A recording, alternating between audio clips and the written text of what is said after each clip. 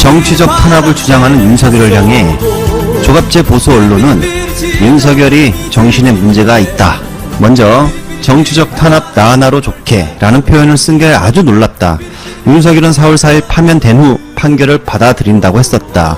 그때하고 왜 지금 달라졌느냐?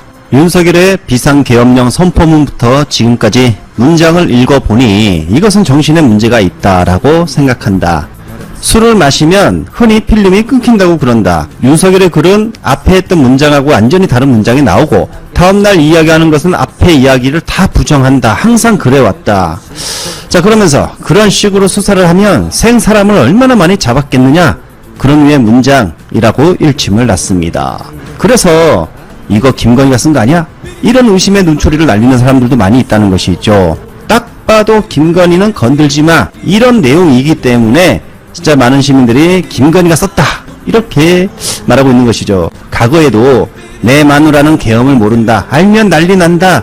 이거랑 같은 맥락의 글이라는 것이죠. 그래서 이거 김건희가 쓴 거 아니야? 이런 말들이 있는 것이고, 자, 그래서 김건희 관련 이야기 풀어보겠습니다. 민중기 특검이 수사의 속도를 내면서 알지 못했던 비리들이 하나둘 나오고 있었습니다. 어제 김건희 집사 아내가 7시간 조사를 받았는데 남편이 숨은 이치를 진술했다고 합니다. 그래서 이런 단독이 나왔습니다. 김건희 집사 김혜성 제3구가 아닌 베트남에 있다. 특검 확인. 자, 이치까지 확인을 했다는 기사입니다. 바로 아내, 김건희 집사 아내가 7시간 조사를 받으면서 이 진술을 했다고 합니다. 남편은 제3국이 아니라 베트남의 띵띵띵에 있어요. 잠적한 남편의 근거지를 말한 것입니다. 혹시 남편과 사이가 좋지 않을 가능성도 있을 것 같고요. 여하튼 기사 내용은 일단 여기밖에 나오지 않았습니다. 이보다 더 많은 구체적인 증거를 김건희 특검이 확보했을 가능성이 높다. 이런 생각이 듭니다. 그래서 다음 달 6일 소환을 앞두고 있는 김건희 측에서 우리 여사님 몸이 많이 안 좋은 상태예요 라고 알렸다고 하죠. 아직 2주간이란 시간이 있으니 조만간 또 아플 예정임을 예측해 보고요. 그리고 김건희 혐의 중에 통일교 청탁 사건 정말 빼박 증거가 또 나왔습니다. 통일교 위인자 수첩을 확보한 특검이 김건희의 청탁 통화 내역도 확보했다고 밝혔습니다. 야, 이거 대단한 거 아닙니까? 이 정도면 끝난 거 아닙니까? 이 수첩은 건진 법사가 김건희에게 직접 연락해 통일교에 청탁을 전달했다는 점을 입증할 수 있는 중요한 증거다라고 기사에 보도됐고요. 아마도 특검에서 이런 말을 한 것 같습니다. 바로 통일교 위인자에게 비례대표 약속을 한 정황이 등장한 것입니다. 야, 즉 모든 사실관계를 기록한 수첩을 확보한 것입니다. 야, 이제 얼마 안 남았다.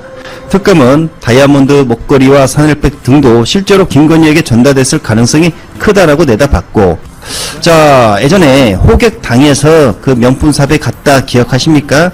리투아니아 그 순방 가서 호객을 당해서 명품샵 갔다 16명의 경호원을 데리고 갔던 그런 사건이 있었는데요. 이 사건도 특검이 수사에 착수했다고 합니다. 현지 매체 기사가 그 당시에 나왔었죠.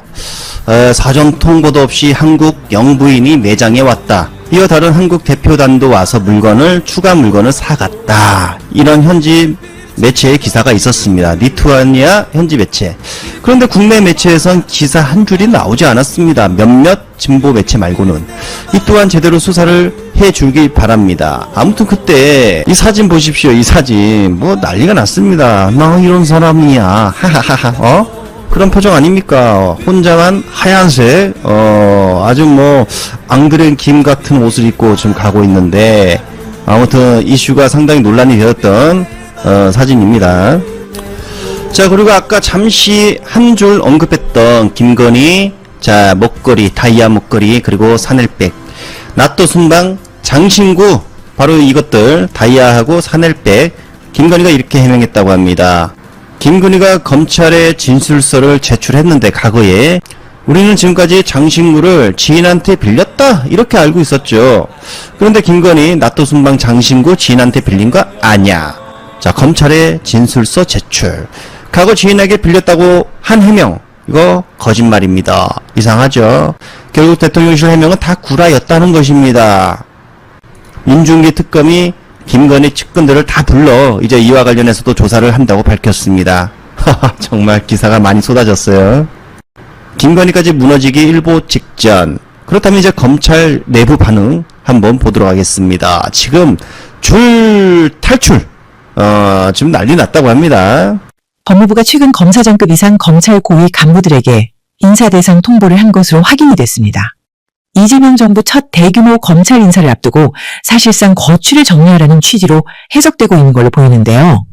이를 두고 바람보다 먼저 눕는 검사의 특성이 바로 나타났습니다.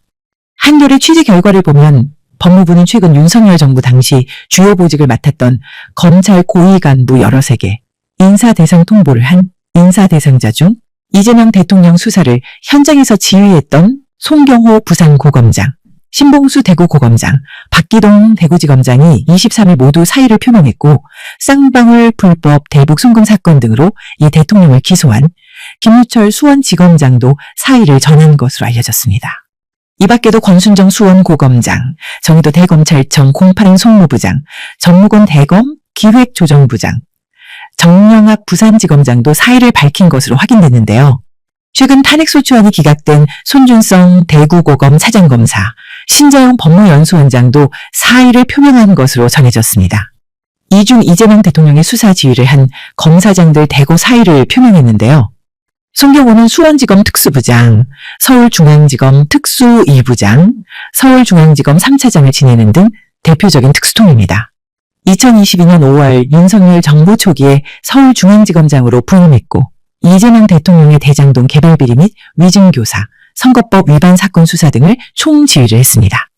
송경호와 사법연수원 동기인 신봉수는 수원지검 평택지청장을 지낸 뒤 대검 반부패 강력부장, 대검 반부패 부장을 지내면서 이재명 대통령의 대장동 개발 비리와 대북 송금 수사에 관여했고 2023년 9월엔 수원지검장으로 부임해 이 대통령 수사를 직접 지휘했습니다. 박기동은 2022년 5월 서울중앙지검 3차장으로 임명된 뒤 이재명 대통령의 지난 대선 당시 선거법 위반 사건 수사를 지휘했고 기소까지 했던 인물이죠. 또 이른바 탈북어민 강제 북송 사건과 서해 공무원 피격 사건 등 수사도 맡았습니다. 김유철은 소위 대검 공공수사부장을 지낸 공안통입니다. 서울 남부지검장을 거쳐 지난해 5월 수원지검장으로 부임해 이재명 대통령의 대북 송금 사건, 경기지사 법카 유용 사건 수사를 일선에서 지휘했습니다. 이 밖에도 신자용, 권순정, 정의도, 전무곤 손준성, 정영학 등 많은 검사장, 지검장들이 일제히 사의를 표명했는데 이들이 검찰을 명예롭게 떠나게 놔두어야 하는지 의문이 듭니다. 그들의 검찰권을 오남용해서 어떤 억울한 일을 만들어냈는지 여부가 밝혀질 때까지 사표 수리가 보류되어야 하는 게 아닌가 싶은데요. 더욱이 가관인 것은 이들이 남긴 그동안의 사직의 병입니다. 대체로 검찰이 너무도 어려운 상황에서 먼저 떠나게 돼 죄송하고 죄스러운 마음이 어쩌고 저쩌고 합니다. 가소롭고 가증스럽기까지 하는데요. 검찰권 오남용으로 인해 국민들에게 큰 피해를 준 점에 대한 사과는 눈을 씻고도 찾아볼 수가 없고 없는 죄를 만들어내고 있는 죄는 덮어버린 잘못에 대해 뉘우친다는 얘기도 들어본 적이 없습니다. 사직의 변을 빙자해서 후배들에게 전관 예우해달라고 손 벌리며 돈 벌 국리나 하는 짓이 추잡스럽기까지 하는 건 저 혼자만의 생각은 아닐 겁니다.